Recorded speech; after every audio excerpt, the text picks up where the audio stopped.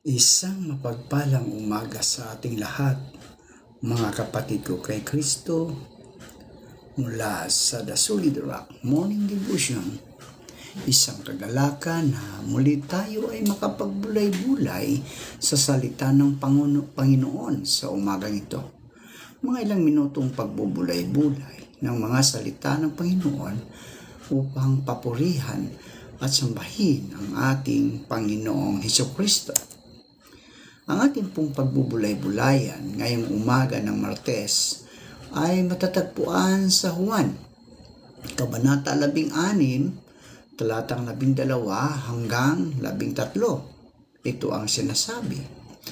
Marami pa akong sasabihin sa inyo, subalit hindi pa ninyo kayang unawain ngayon. Ngunit pagdating ng Espiritu ng katotohanan, papatnubayan niya kayo sa lahat ng katotohanang galing sa Diyos.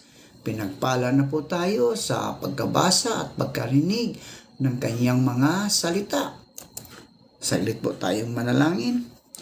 Ama at mapagpala naming Diyos, naririto ang iyong mga anak upang sambahin ka sa Espiritu at sa katotohanan sa isang magandang umaga na iyong ibinigay sa amin.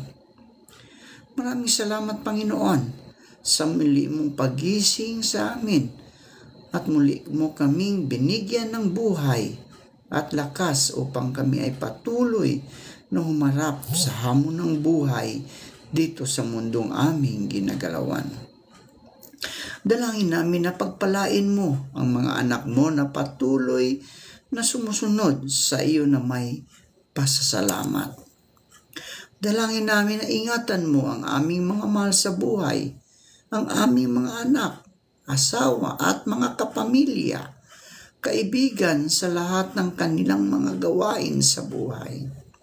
Dalangin namin na pagalingin mo ang mga may karamdaman upang ma-restore ang kanilang lakas na nawala dahil sa karamdaman. Pagalingin niyo po sila, Panginoon. Salamat sa aming Panginoong Hesukristo, sa mga katugunan sa aming mga panalangin. Amen. Alam mo ba ang pasaning nasa iyo, mga balikat, ngayon mga kaibigan? Ang iyong atas at ang iyong responsibilidad. Nasaan ang iyong pakiramdam ng makasaysayang misyon? Paano ka magsisilbi ng sapat bilang isang Panginoon sa susunod na kapanahunan? Mayroon ka bang matibay na panindigan ng pagiging Panginoon? Paano mo ipaliliwanag ang Panginoon sa lahat ng bagay? Ito ba talaga ang Panginoon ng lahat ng mga plano mo para sa pagsulong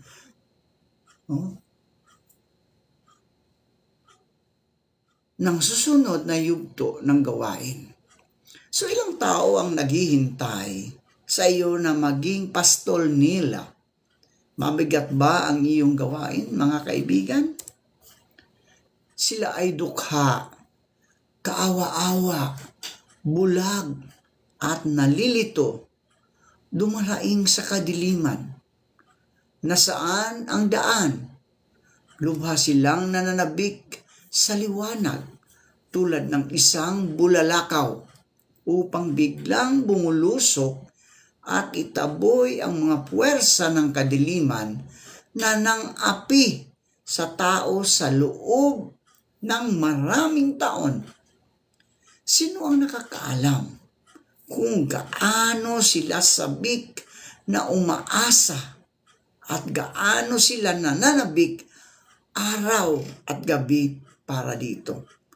Kahit sa isang araw na nagdaraan, ang kumikinang na liwanag, ang mga taong ito na labis na nagdurusa ay nanatiling nakakulong sa ilalim ng isang madilim na piitan nang walang pag-asang mapalaya. Kailan sila titigil sa pagluha, mga kaibigan? Grabe ang kasawian ng marurupok na espiritong ito na hindi kailanman napagkalooban ng kapanghingahan at matagal ng patuloy na nakatali sa kalagayang ito ng walang awa ang mga gapos at malamig na kasaysayan. At sino na ang nakarinig sa ingay ng kanilang pagdaing, mga kaibigan? Sino na ang nakakita sa kanilang kaawa-awang kalagayan? Naisip mo na ba kung gaano kalungkot at kabalisa ang puso ng Diyos? Paano niya matitiis na makita ang inosenteng sangkatauhan na nilikha ng sarili niyang mga kamay, na nagdaranas ng gayong paghihirap? Kung sa bagay, ang sangkatauhan ay kapuspalad ng mga biktimang nalaso na. At bagamat na natiling buhay ang tao hanggang sa araw na ito, sino ang nakakaalam na matagal nang nalason ng masamang nilalang ang sangkatauhan? Nalimutan mo na ba na isa ka sa mga biktima, kaibigan? Hindi ka ba handang patuloy na mabuhay dala ng iyong pagmamahal sa Diyos upang iligtas ang mga natirang buhay na ito? Hindi ka ba handang ilaan, kaibigan, ang lahat ng iyong lakas upang suklian ang Diyos na nagmamahal sa sangkatauhan na parang sarili niyang laman at dugo? Nang mapag-isipan ng mga salita ng Diyos, talagang nakonsensya ako. Hindi ko pa nagagawa ang lahat para ibahagi sa Kanya ang Ibanghilyo. At hindi ko pa nga nasasabi sa Kanya na ang Panginoong Hesus ay nagbalik na. May taos puso siyang pananampalataya sa Panginoon at inaasam na maunawaan ang kanyang kalooban. Pero siya ay nasa espiritual na kadiliman. Walang panustos. Kung susukuan ko siya, kung kailangan niya ng tulong, kailan niya marinig ang tinig ng Diyos. Ngayong lumalaki na ang mga sakuna, mga kaibigan. Kamakailan lang, malakas na lindol ang nangyari sa Myanmar. Kung hindi natin o hindi tayo nagpapatutuo kaagad sa gawain ng Diyos sa mga huling araw, maaring mapalampas nila ang kaligtasang inaalok ng Diyos. Lalong sumama ang pakiramdam ko sa isiping yun at nagdasal sa Diyos. Diyos ko, alam kong lahat ay posible sa iyo. Gusto kong gawin ang lahat ng makakaya ko para ibahagi ang iyong mga salita sa lahat ng tao dito sa mundo. Pakiusap, kaibigan. Gabayan mo po ako. No? Matapos magdasal, bigla kong naisip, ang kulang siya sa oras. Pero pwede akong maagang magtakda ng oras para makapagdasal tayo ng sabay-sabay. Kaya tinanong ko sila tungkol dito at agad silang sumang-ayon. Bandang 5:00 ng umaga, araw-araw mga kaibigan, ang itinakda nating oras. Talagang abala tayo sa tungkulin kung noong panahong iyon at inaabot tayo ng gabi sa pagtatrabaho araw-araw. Iniisip natin halos hindi natin makakatulog kung kailangan nating gumising ng ganoon kaaga. Pero, kaibigan, sinabi ko sa sarili ko na kung alalahanin natin ang pisikal nating kaginawaan, maaantala nito ang paglapit ng ating mga kaibigan sa harap ng Diyos. Diba? So, nakonsensya ako tungkol doon. Naalala kong sinabi ng Diyos, ang laman ay pag-aari o pagmamay-ari ni Satanas. Ang laman. Sa loob nito ay mayroong maluluhong pagnanasa. Iniisip lamang nito ang sarili nito. Nais nitong magtamasa ng kaginhawaan at magsaya sa paglilibang, magumon sa kakuparan at katamaran.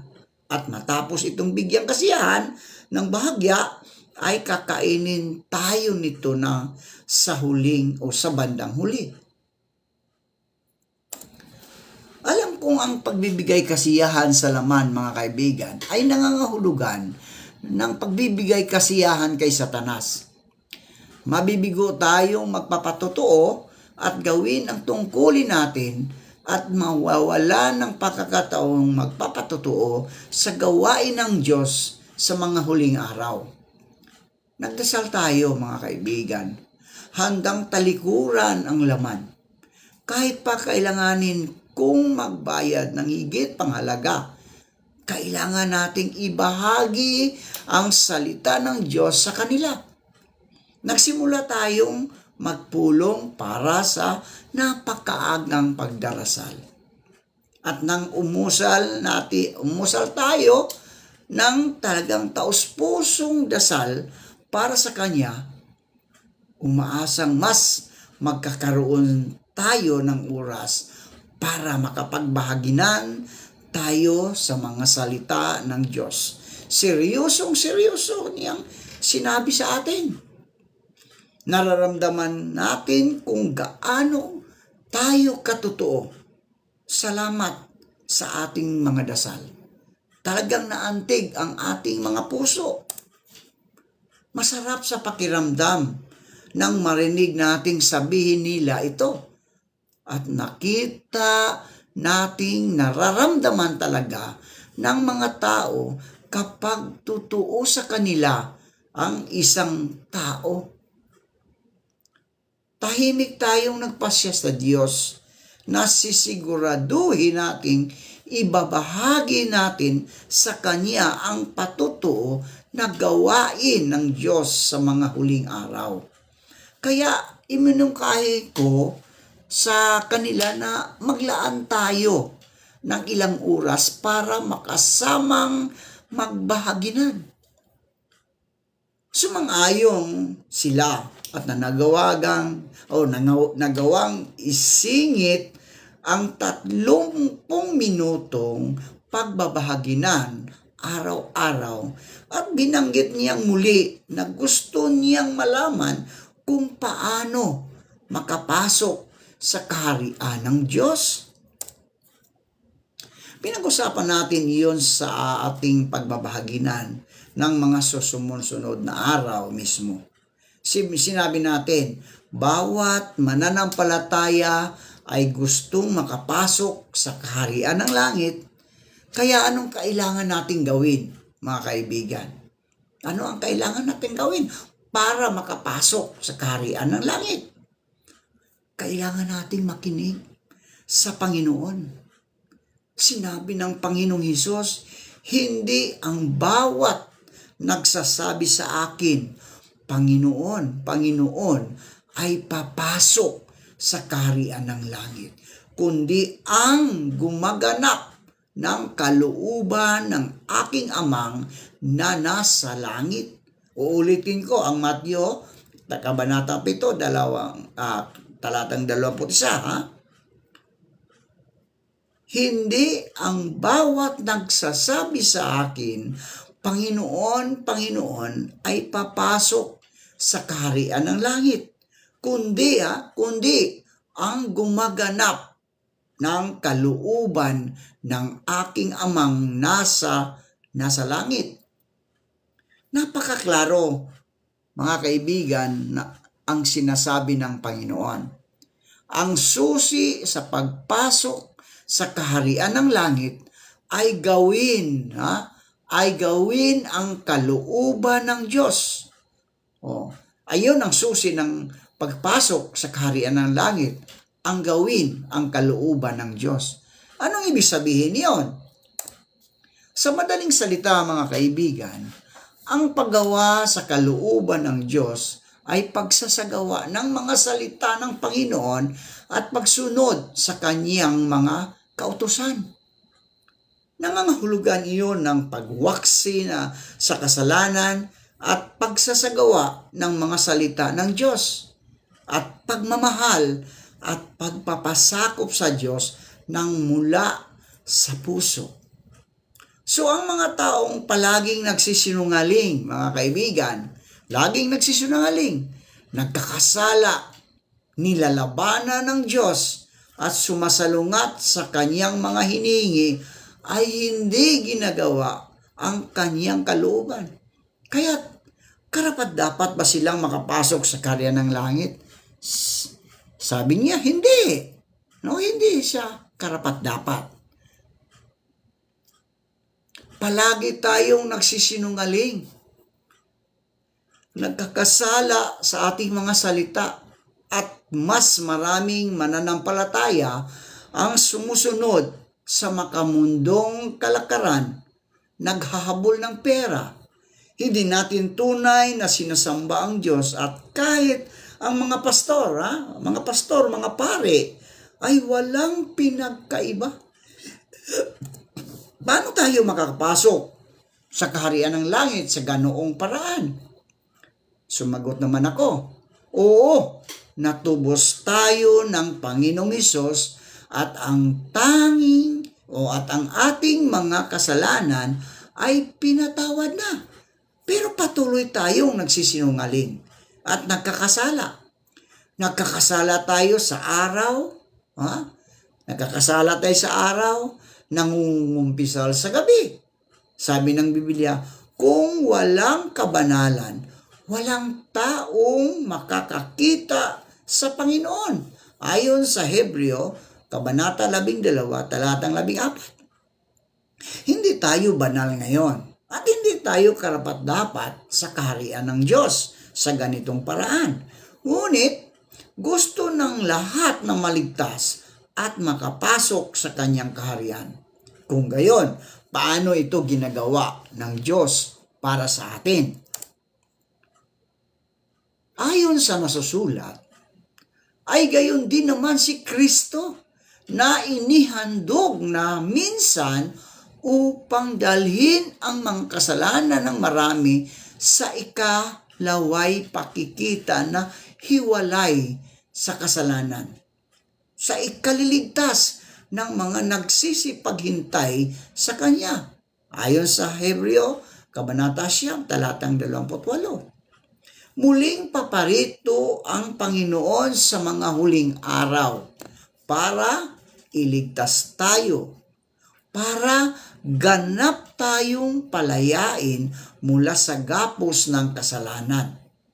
Para gawin tayong mga taong nagpapasakop sa Diyos at ginagawa ang kanyang kalooban nang sa gayon ay ganap tayong maligtas at makapasok sa kaharian ng langit, ang kaharian ng Diyos. Tuwang-tuwa silang marinig ito at sinabi, gusto kong tumigil sa pagkakasala. Paano tayo ililigtas ng Diyos mula sa kasalanan?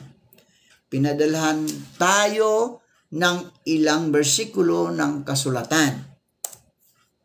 Gawin mo silang banal sa pamagitan ng iyong katotohanan.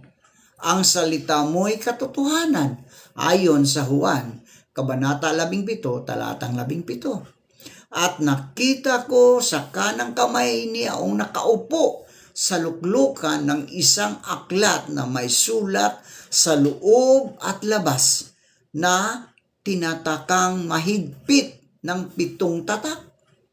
At nakita ako ng isang malakas na anghel na nagtatanyag ng malakas na tinig. Sinong karapat-dapat magbukas ng aklat at magtanggal ng mga tatak nito. Ayon sa Pahayag, Kabanata 5, talatang 1 hanggang 2. Masdan mo ang leon ng angkan ni Huda.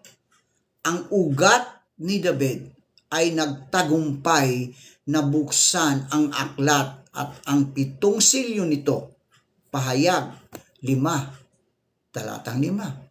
Sabi ko, sinabi ng Panginoon na gagamitin niya ang katotohanan para pabanalin ang sangkatauhan.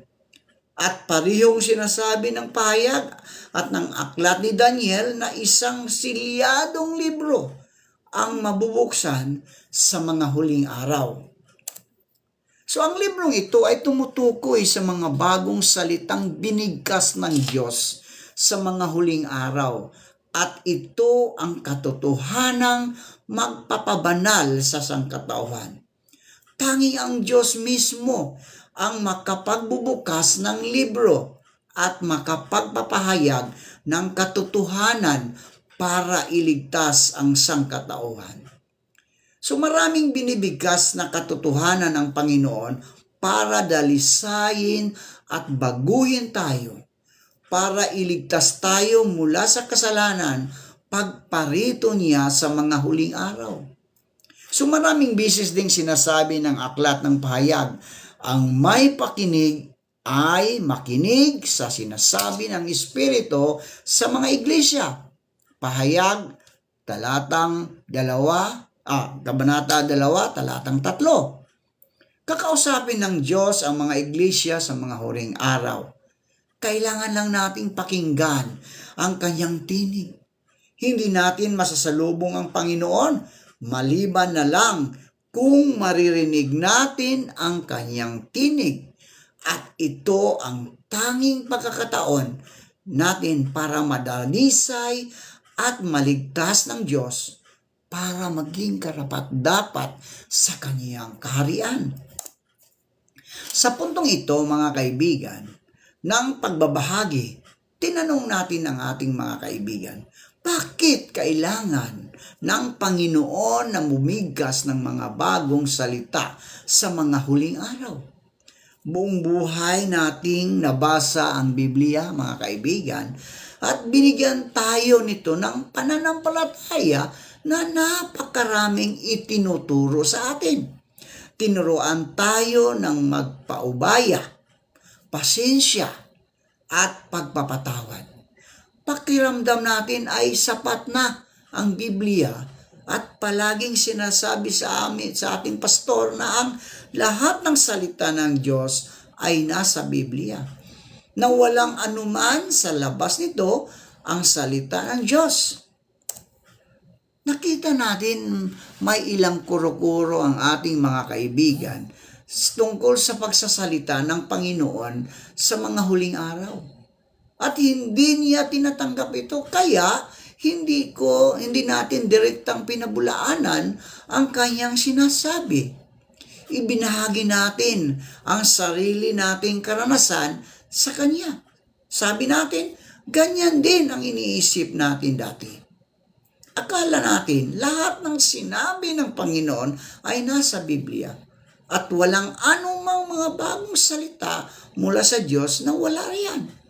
Pero kalaunan, mga kaibigan, narinig natin na may binanggit ang isang kapatid na isang bagay na sinabi ng Panginoong Hesus na nagpabago sa pagtingin natin dito. Sinabi ng Panginoong Hesus, mayroon pa akong maraming bagay na sa iyo ay sasabihin.